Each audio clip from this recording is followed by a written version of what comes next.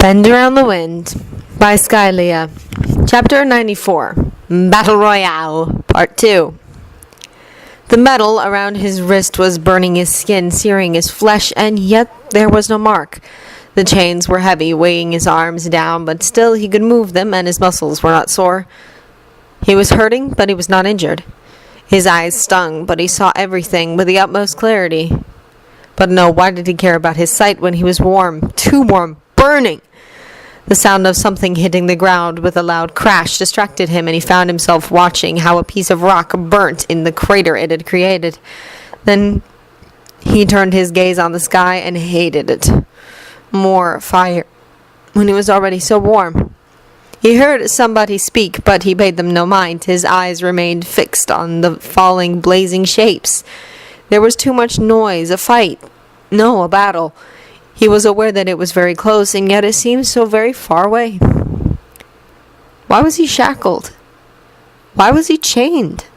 What place did he have here where he so obviously did not belong? What purpose? The man that stood in front of him spoke again, took a step closer, and raised his arms slowly, but he did not look like he was about to attack. None of what he said could penetrate the fog that wrapped around his mind. The words were but sounds with no meaning. His chains were yanked on hard, and he almost fell. He remained on his feet by digging his heels into the dirt. He twisted around and pulled on the chains in return. His shackles burnt again. He wanted it to stop. He wanted them gone. So he dug his heels in even more and resisted the pull because he would not be dragged around. No, he would not allow it. The chains started thrumming with energy. A second later, they lit up with golden light right before his eyes, and the metal was soon glowing orange like cinder. But then he felt his limbs grow heavy again. It happened before, but each time was a surprise. His strength drained away rapidly, and he wasn't able to resist anymore. This, he knew, it happened before. As the moments passed, he could recall things with more and more clarity. He knew how this went. First his shackles grew heavy, then they burnt and glowed, and then his strength slipped away as he was dragged down into unwanted slumber. He did not know how many times it happened, for whenever he woke up, he could barely recall anything that happened before. If he was dragged down again, he may lose this one glimmer of lucidity he managed to grab hold of. No, he would not succumb again. He gathered what strength he had to fight the chains, but the shackles burnt too much. Too warm, too hot. He wanted to scream. "Disobedient dog," a voice snarled as the chains dragged him down to the ground despite his struggle. "When will you learn your place?" He froze. Not in pain, not in fear, but simply hearing that voice. That voice made him grit his teeth and clench his fists even harder. It was not even the words, but the voice itself. He fought with renewed strength, pulled on the chains, no matter how rapidly they sucked his strength away, no matter how thick the fog was growing around his mind. "Be still," the voice snarled at him. And no, he would not. The shackles burnt so much that he felt like his whole body would be set alight. He could feel sweat dripping down his temples, feel how damp his skin was becoming. He needed to cool down. Cold, yes. He was too warm. He needed cold, soothing coldness that would chase away the burning weight of his shackles. Cold, colder than the ground beneath him, colder than the wind on his skin. He needed real cold. He wanted coldness to seep into his very bones, radiate from his very skin. He needed to be rid of this warmth that consumed him and tossed his mind into darkness and impenetrable haze. He needed the harsh and cold clarity of ice. "No, stop!" the voice shouted. He opened his eyes when the energy that was burning him slowly retreated. His pale skin darkened to blue as cold spread out inside of him, his wish granted by sheer force of will. It brought the relief he hoped for. The warmth was vanishing, and the heavy weight he felt dragging him down seemed to be less and less of a burden. So he got to his feet again. He finally saw the owner of that voice, and he wanted to snarl at him. He felt his lips curl up in a sneer, and the blissful coldness just kept spreading out all around him even more. "You've been lying to me, godling," the figure croaked, staring at him with distaste and anger. "You kept things from me. That won't do. The figure advanced, and the chains went tight again, trying to rein him in. He resisted. "You will do as you are told," the figure ordered harshly. Those words made him growl, and he truly bared his teeth in anger. He would not. He would be rid of his burning shackles. He would keep hold of the clarity of his mind. He would not. He would not bend under the weight of these chains, the will of this creature. He would not be collared like a beast. He would not. He grabbed hold of the chains and started pulling on them, gathered them closer to his chest, and gripped them with his hands as tightly as he could. The figure tried to fight him, but no, not this time. He would be rid of these. The burning orange metal in his hands quickly turned dark, dull, and silver as frost built up on it. There was no more heat, just the ice. Oh, the blissful cold of ice. He pulled and yanked and let the cold find its way, let it roam free without restraint. "No!" the figure yelled again, just a moment before the chains snapped. Links shattered to pieces where the cold made them rigid and unyielding. He stumbled back and hit the ground from how suddenly he was freed, but he was immediately getting up to his feet again. There were still chains hanging from his shackles, but they were short enough to be out of reach of the dark figure. He grabbed hold of them and pulled them closer, just to be sure. "You wretched," the figure started to say, his anger almost palpable in the air. He did not wait for him to finish. He cared not for what he wanted to say. He shouted, snarled, had no words in answer, just charged, blinded by rage. He wanted to tear down the mask, then the very skin from his face. He wanted to break those fingers that held his chains. He wanted to sear the gray skin with frost, make it burn, make it hurt. He wanted to see him shattered to 1,000 pieces, torn into bloody bits until no sound came from that mouth, until the voice was gone, all life was gone, until he was gone. The figure thrust out a hand and summoned a weapon from out of nowhere, a long staff with a wicked blade on it. He had it in front of himself right away to protect himself, to fight back. He still had his chains, and swung an arm to use them to twist the cold links around the blade, stop it before it could harm him. "You think you can defeat me?" The figure taunted, face twisted in both mockery and fury. He bared his teeth in answer, almost like a twisted grin, and attacked. He pulled the staff out of the way with a chain he wrapped around it, and went straight for the mask. His blue fingers and black nails viciously dug into the gray face to grab hold of the mask. Immediately the skin started to turn black from the frost, and his fingertips 5 dark bruises caused by nothing but his touch. The pained yell was good, better than good. He wanted to hear more sounds like that. The other managed to yank his staff out of the chain and kick him to get him off. He took the foot in the gut, but did not let go of the mask. The figure screamed as it came off, blood immediately gushing from the torn and frostbitten flesh.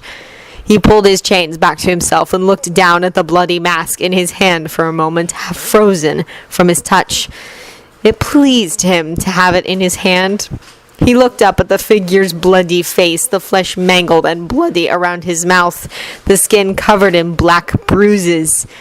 He grinned up at him and let frost cover the mask completely. Then he closed his fist around it and shattered it into pieces. It was the other's turn to yell furiously.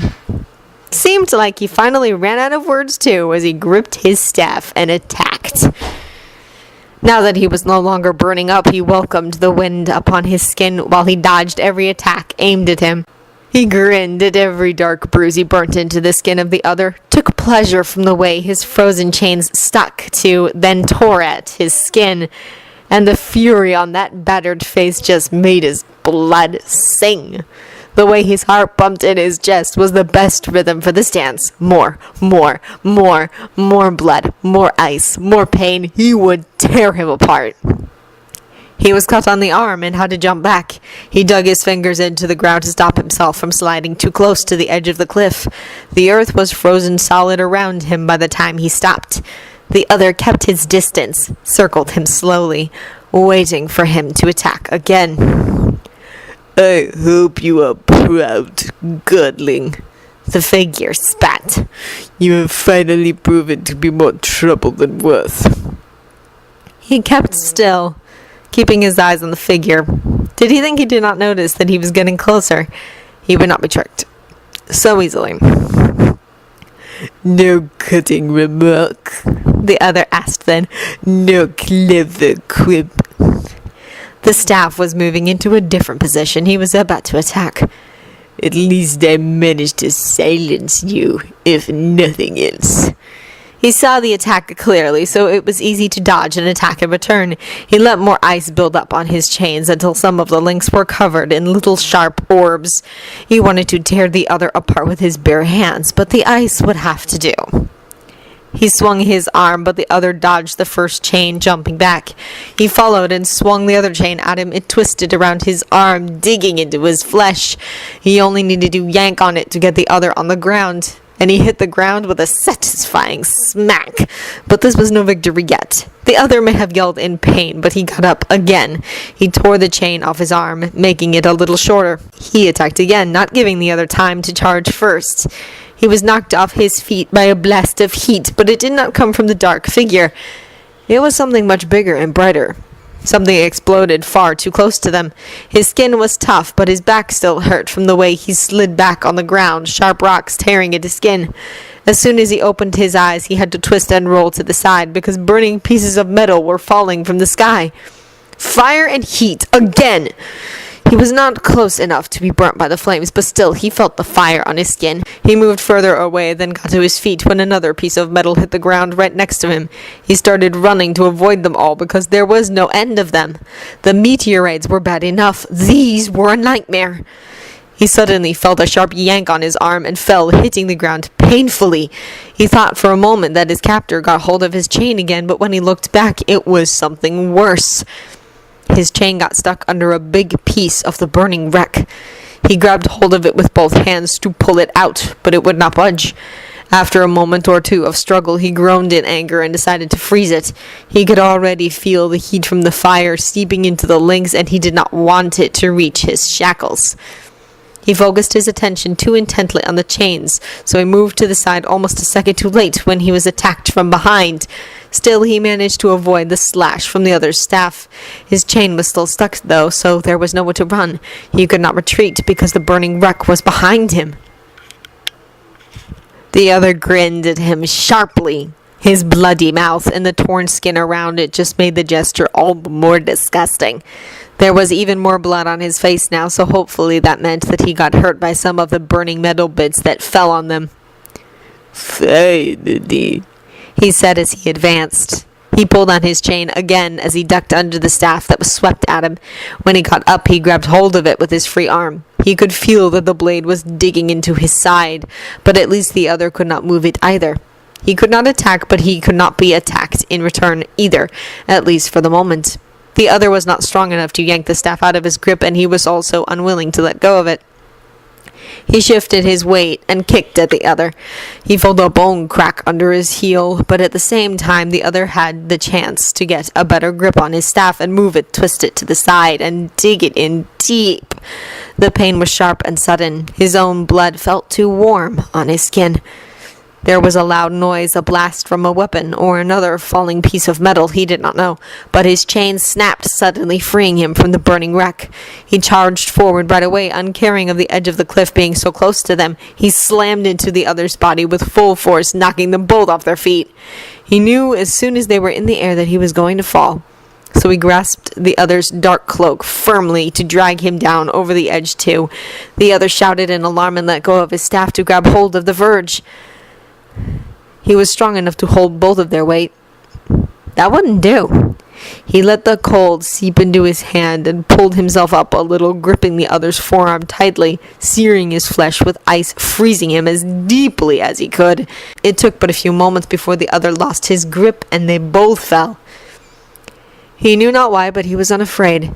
He feared not the fall, nor the impact.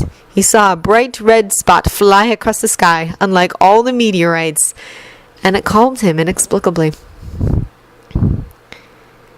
Hitting the surface was painful, especially for his wounded back and side, but then water engulfed him like a warm blanket.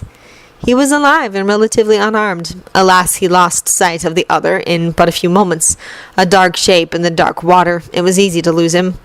But oh no, he would not vanish altogether. He would not escape. The water cooled around him without conscious effort, and it made him forget about his injuries altogether.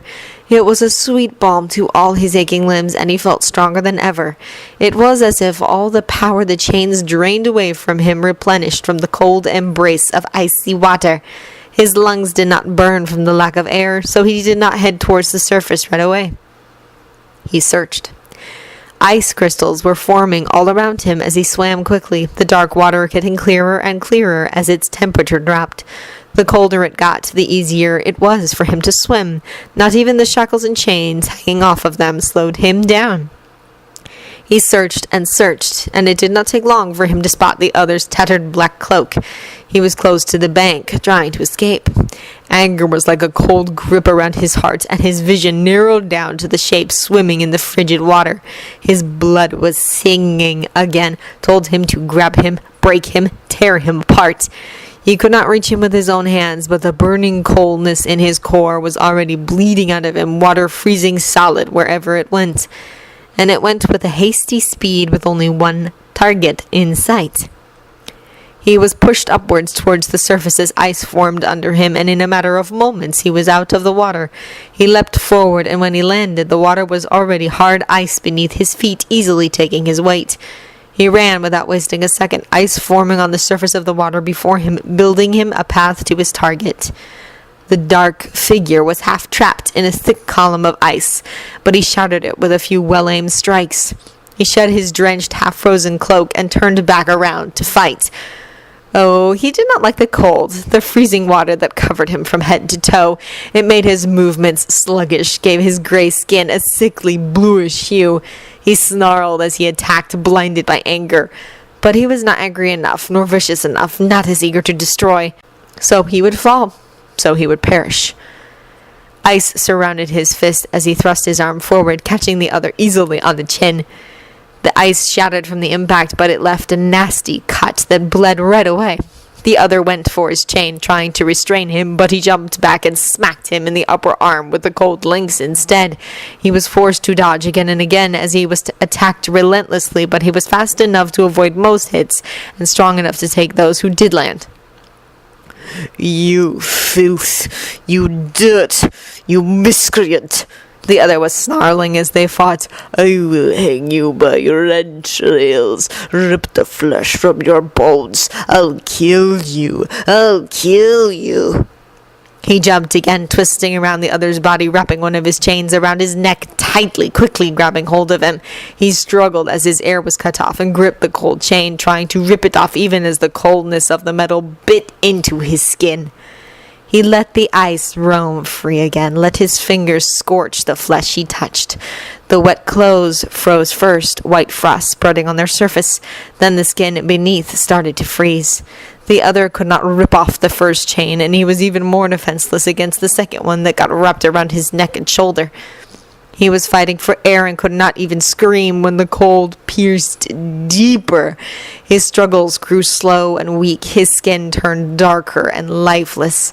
The warmth was slowly but surely completely vanishing from his flesh, stolen away by the cold, consumed by ice. The heart still beat inside, blood was still pumping, but not for long. Not for long at all. A long, broken breath escaped the other's frozen lips, and then he finally stopped moving. Oh, the ice, the blissful coldness was now everywhere. There was no warmth left in the body he trapped. None at all. He gripped his chains firmly and yanked on them. They cut through the frozen flesh easily. One arm shattered like glass. The head dropped from the shoulders like a rotten melon, while the body itself hit the ice with a dull thud. His chains were bloody. He was as well, covered in the blood of the creature, but he did not care. There was an itch under his skin that urged him on, made all his muscles tense and ready. There was only a body in front of him now, no longer a target or an enemy, just waste. But his pulse was still racing, and the cold grip was not easing up from around his heart. He pushed his wet hair out of his face as he looked around at the frozen river he stood upon. He was not safe, he realized with sudden clarity. That was the itch under his skin. He was anything but safe here out in the open. He did not know where he was, where he needed to be. He did not know where to go now. He recalled seeing a man. He remembered the sound of a battle raging nearby. So there were enemies afoot. He had to be alert, had to find safety, a shelter where he could heal, had to find something. He did not belong here. He heard the sound of rustling fabric and ice cracking loudly as something heavy landed behind him. Enemies! He twisted around, his chains already getting covered in ice. The rage of battle was still thrumming in his every bone. He was ready. He would fight. He would not be chained again. Mother! No!